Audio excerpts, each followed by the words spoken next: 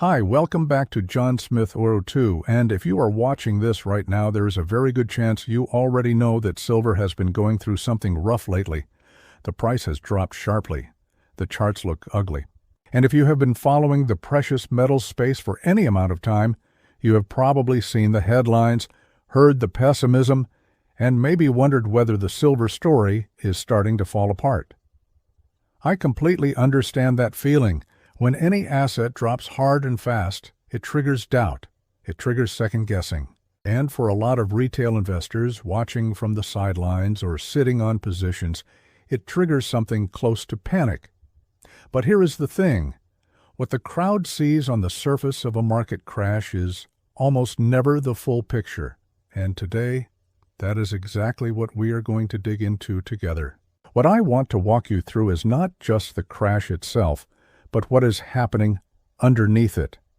Because right now, in the silver market, there are three signals quietly developing that most everyday investors are either unaware of or completely misreading. These are not theories or guesswork. They come from real market data, real physical supply dynamics, and a very specific macroeconomic event sitting directly on the horizon. When you put all three together, the story that emerges is significantly more interesting than what the price chart alone is telling you. Before we get into those signals, let me set the stage for what actually happened, because understanding the mechanics of this crash matters. There is a difference between a market falling apart fundamentally and a market experiencing a technical washout. In silver's case, understanding which one we are dealing with changes everything about how you interpret what comes next.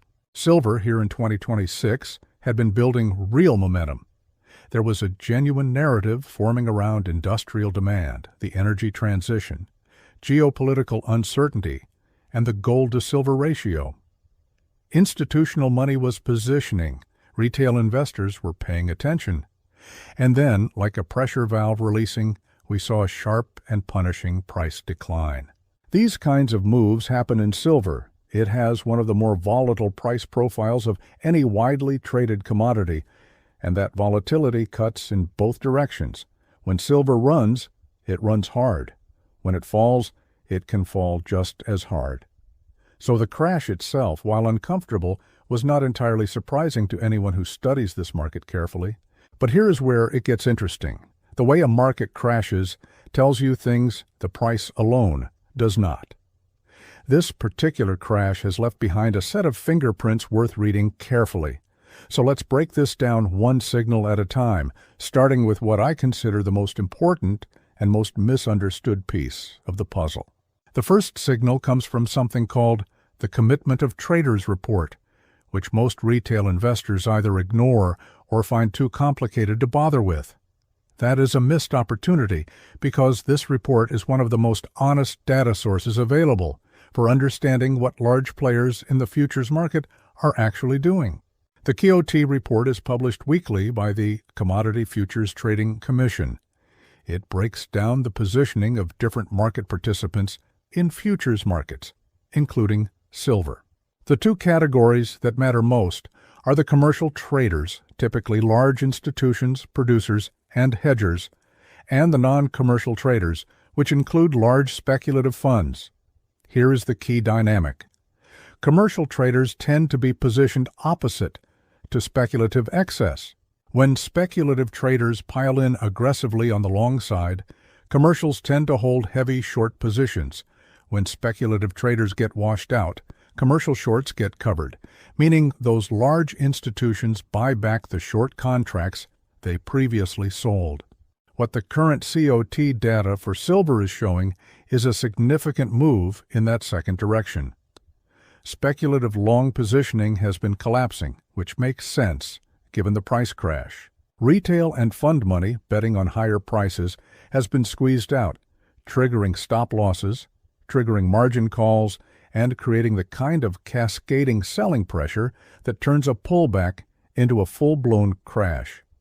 But as speculative longs exit in pain, commercial short positions are also being covered. This process is called short covering, and it is one of the most reliable early signals that a washout phase is nearing its end. Think about it this way. The large commercial players in silver futures are not emotional. They do not react to headlines. They operate on deeply analytical frameworks. When they begin closing short positions in meaningful size during a price decline, they are signaling that the downside is becoming limited. Their own models are telling them that maintaining aggressive short exposure at these levels no longer carries a favorable risk profile. When you see that dynamic alongside a severe price drop, those two things together have historically preceded either a stabilization or a meaningful recovery.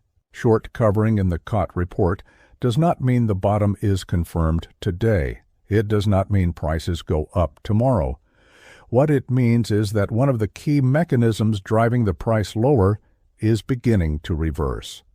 And that reversal changes the internal structure of the market even before it shows up in price.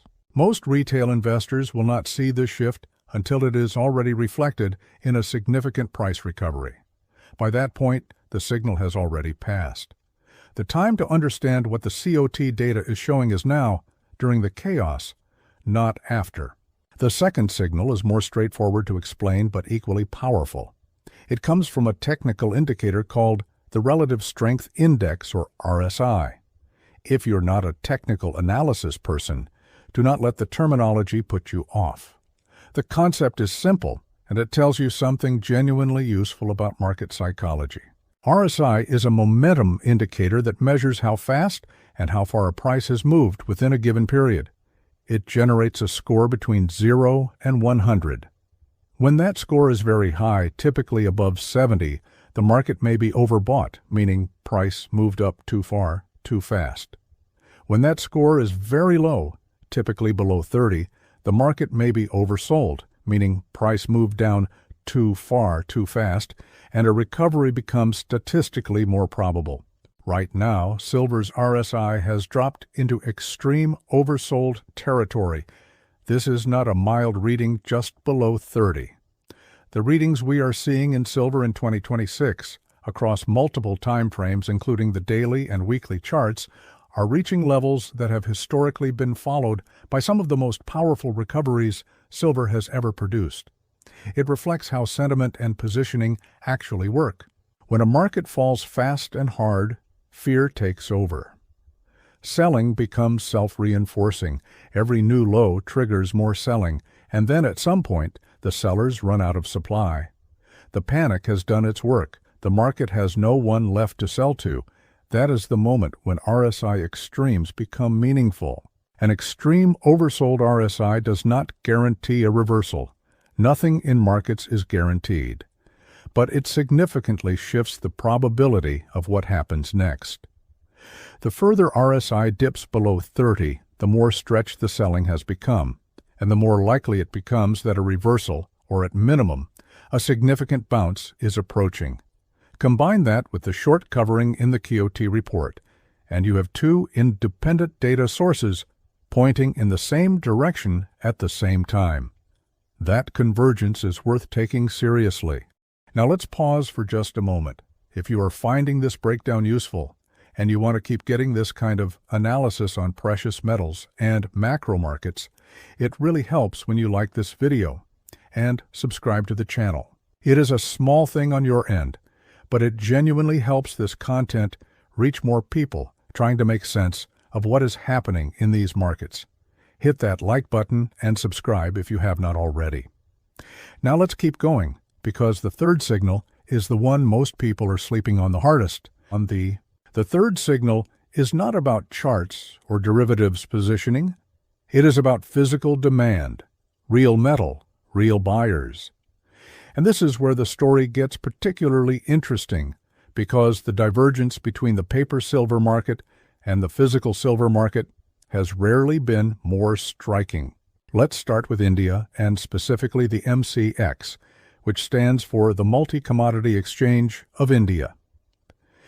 India is one of the largest consumers of physical silver in the world.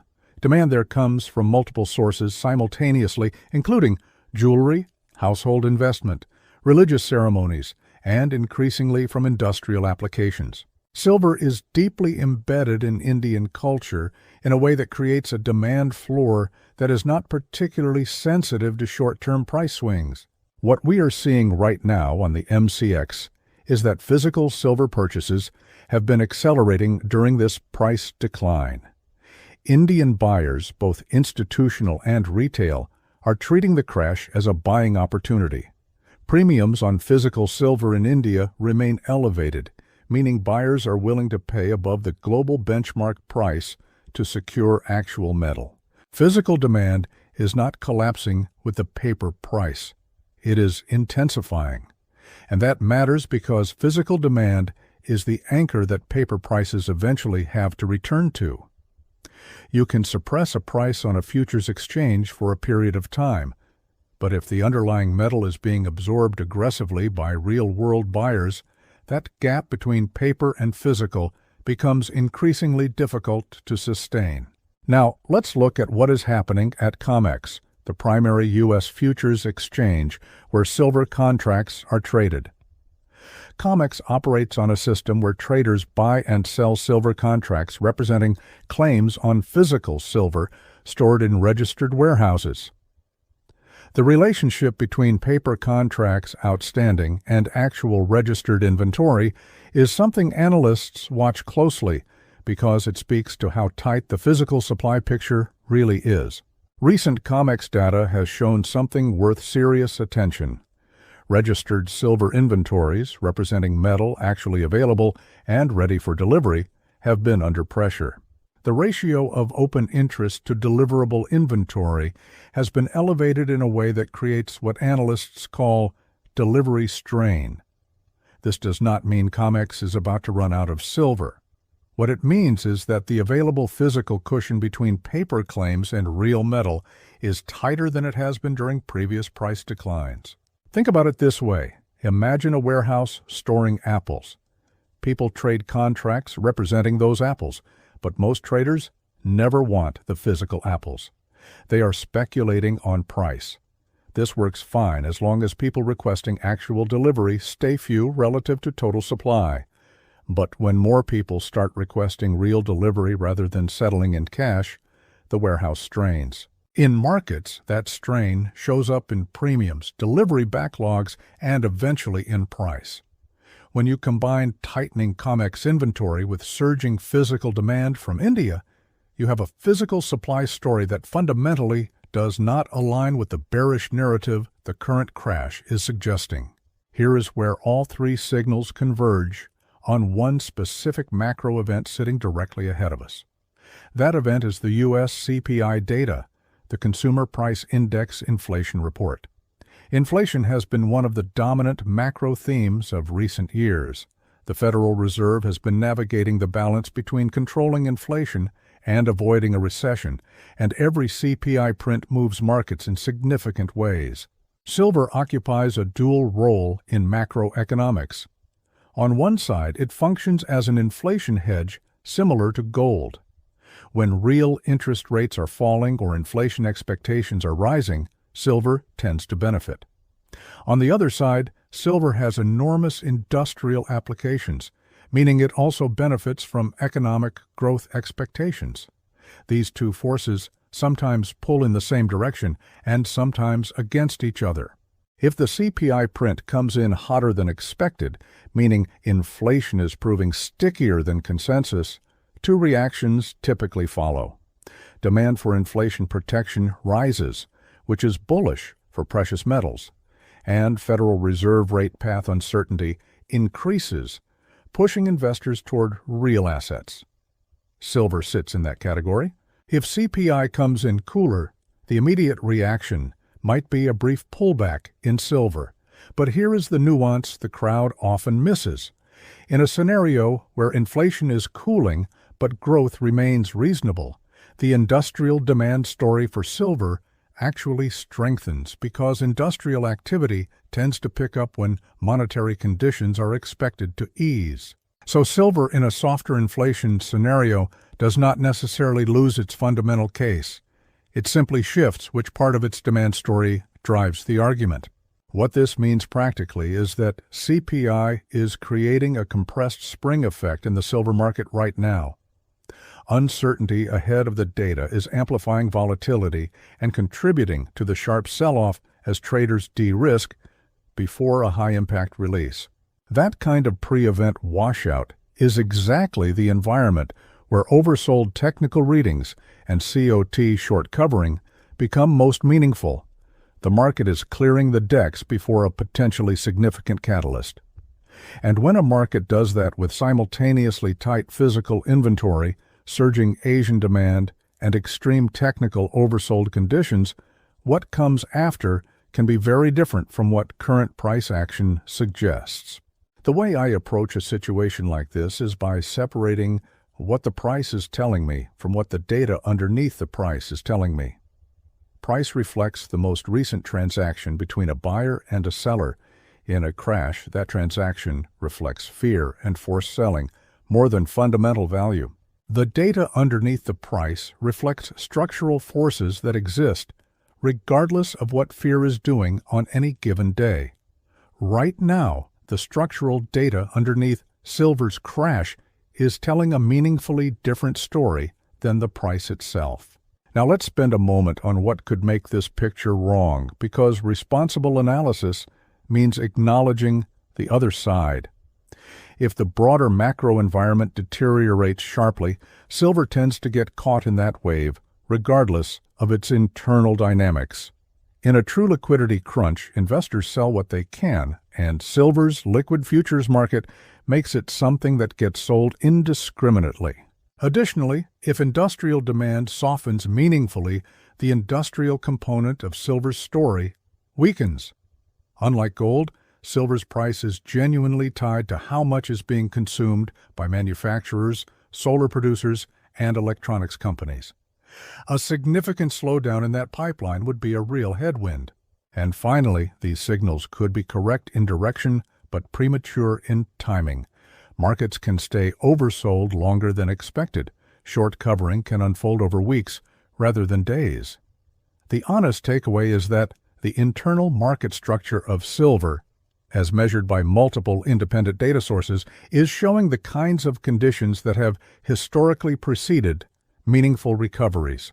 The gap between what the paper price is currently signaling and what the physical and positioning data is showing is unusually wide.